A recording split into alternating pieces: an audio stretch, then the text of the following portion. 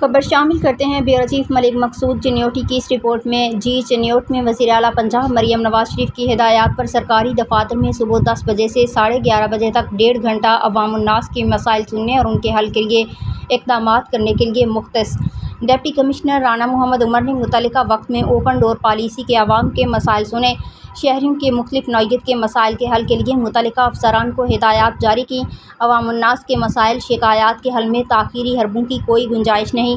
Deputy commissioner Rana Muhammad Umar صبح 10 بجے سے دن 11:30 بجے تک اسسٹنٹ کمشنرز اور دیگر ضلعی محکموں کے سربراہان عوام الناس کے لیے قابل رسائی ہیں۔ اس دوران کوئی میٹنگ یا فیلڈ وزٹ شیڈول نہیں ہوگا۔ عوام کے مسائل کا حل ہی ترجیح ہونی چاہیے۔ ڈپٹی کمشنر رانا محمد عمر، تحصیلوں کے اسسٹنٹ کمشنرز شمس الرحمان، میڈم شازیہ رحمان، طارق محمود گوندل نے بھی اپنے دفاتر میں مقررہ وقت کے دوران عوامی مسائل سنے۔ رانا محمد عمر